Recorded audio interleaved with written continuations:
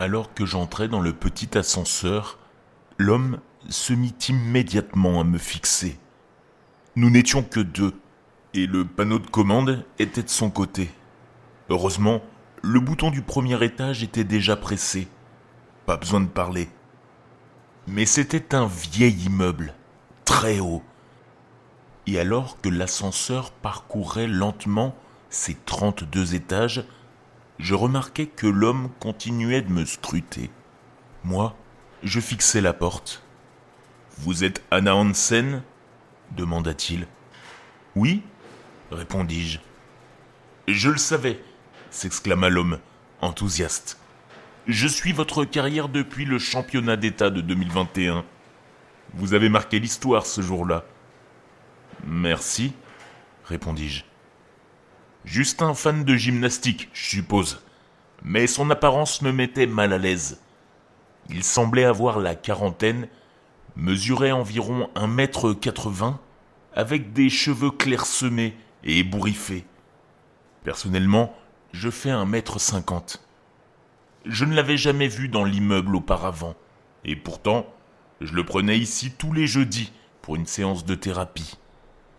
Je voulais juste dire, continua-t-il, que ce juste au corps bleu que vous portiez lors de votre dernier saut était le plus beau que j'avais jamais vu.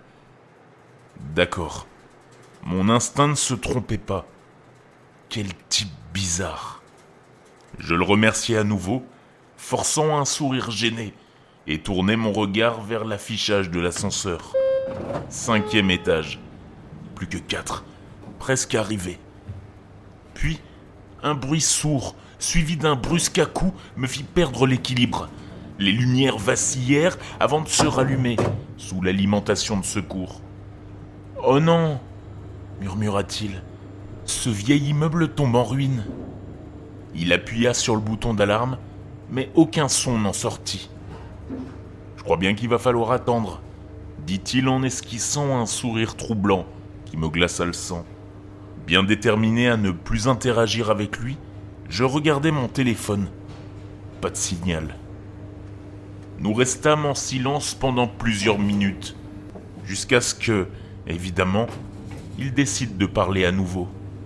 « L'histoire de votre vie est également impressionnante, dit-il.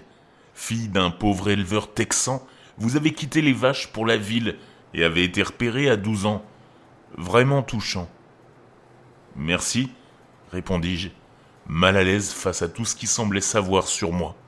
« Vous savez, vous êtes ma deuxième gymnaste préférée, » ajouta-t-il, « après Carly Miller. » Ce nom me fit frissonner. Carly Miller, c'était ma plus grande rivale.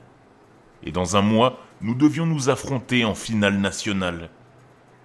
L'homme glissa une main dans sa poche et en sortit une petite lame. « Mais ce n'est pas une comparaison équitable, » dit-il, un sourire tordu aux lèvres, en avançant vers moi. « Pour Carly, je ferais n'importe quoi. N'importe quoi. » Ce qui s'est passé ensuite fut difficile à expliquer à la police. Le coup de couteau que j'ai reçu à l'épaule, l'arme que j'avais sur ma hanche droite et les 3 balles que j'ai tirées dans sa poitrine. Le soulagement lorsque les portes de l'ascenseur se sont ouvertes à nouveau, bien que j'étais couverte de sang.